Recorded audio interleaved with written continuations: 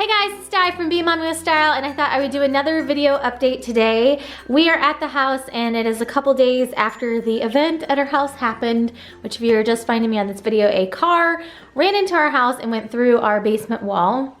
We are dealing with the repercussions of that.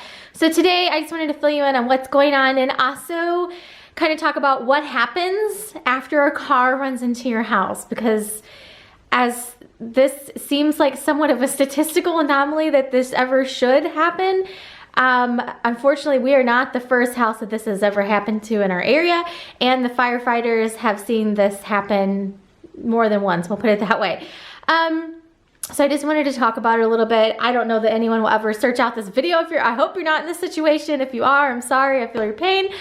But I thought I would just talk a little bit about what happens after someone runs into your house. So for us, the situation is compounded by the fact that we have no electrical at our house and the gas isn't turned off in the electrical because of where the car impacted the house. So that is going to have us displaced for longer. And the kids are doing pretty good. Isabella has been pretty resilient. She has her kind of little moments of acting out, which I think are related to kind of, you know, the upheaval, as we will call it. But she's been able to go back to school and seems like she's doing okay, and you know, been in communication with her teacher and seems like okay. Natalie is upstairs asleep right now, and you know, Natalie is kind of my more independent, strong personality kiddo. But she definitely seems to not necessarily verbally, I mean, she'll talk about it sometimes, and you haven't lived until you've heard a 4-year-old explain what happens when a car goes through a wall in your house.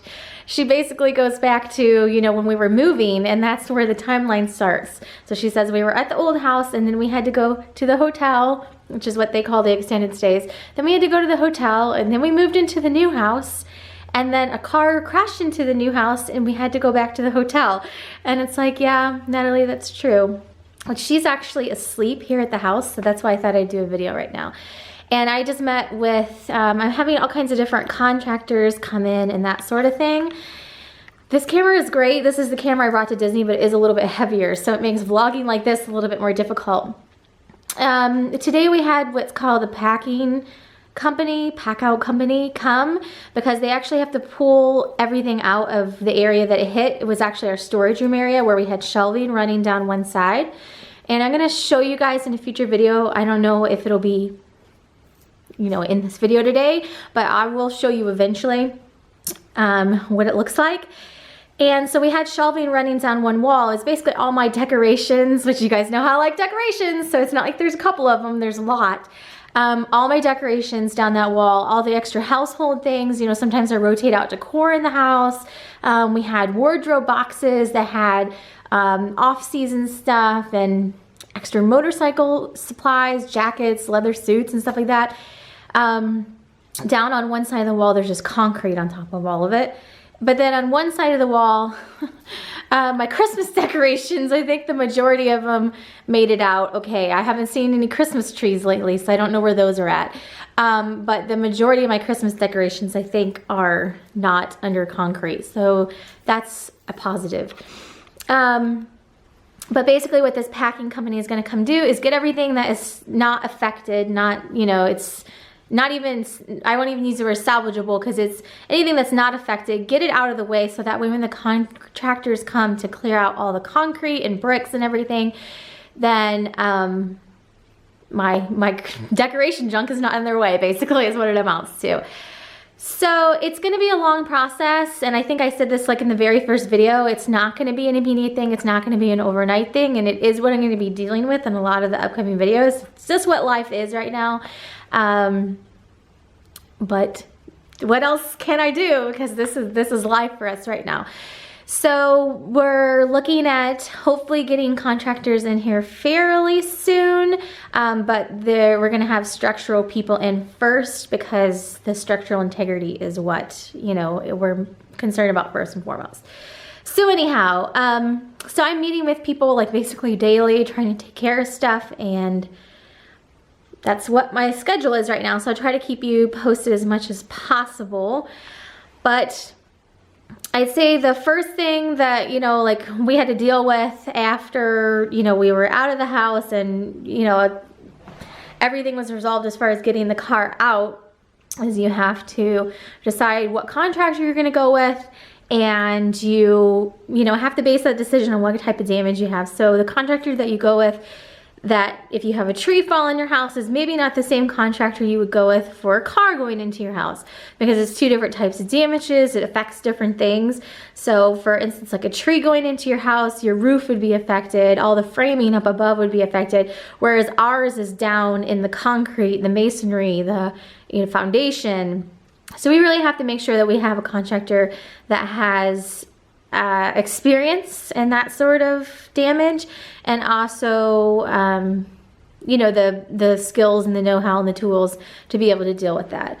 So that's the first thing I'd say, is you have to pick someone first, and then they're gonna have to clear everything out. So because we not only have damage, but say the instance of a tree falling on your house, you'd have to get the tree out of the way. I use tree because I feel like that's a little bit more common than what we're dealing with.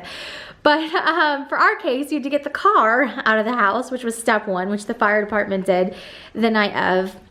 And then you have to deal with all the debris, basically all the concrete. And we're not talking like concrete that I could just go pick up. We're talking like huge slabs of concrete that are like probably 4-digit pound weights. You have to clear out all the debris and everything that's smushed underneath it, basically clear all that out. And then they can begin starting work and evaluating where to start and all that sort of thing. So it's like I said, and I've said it in this video, I've said in other videos, it's gonna be a long process. At some point I'm hoping we'll get in a rhythm and we'll just be doing vlogs over from the hotel. But that's where we're at right now. So, I'm just taking it one thing at a time, because what else can you do?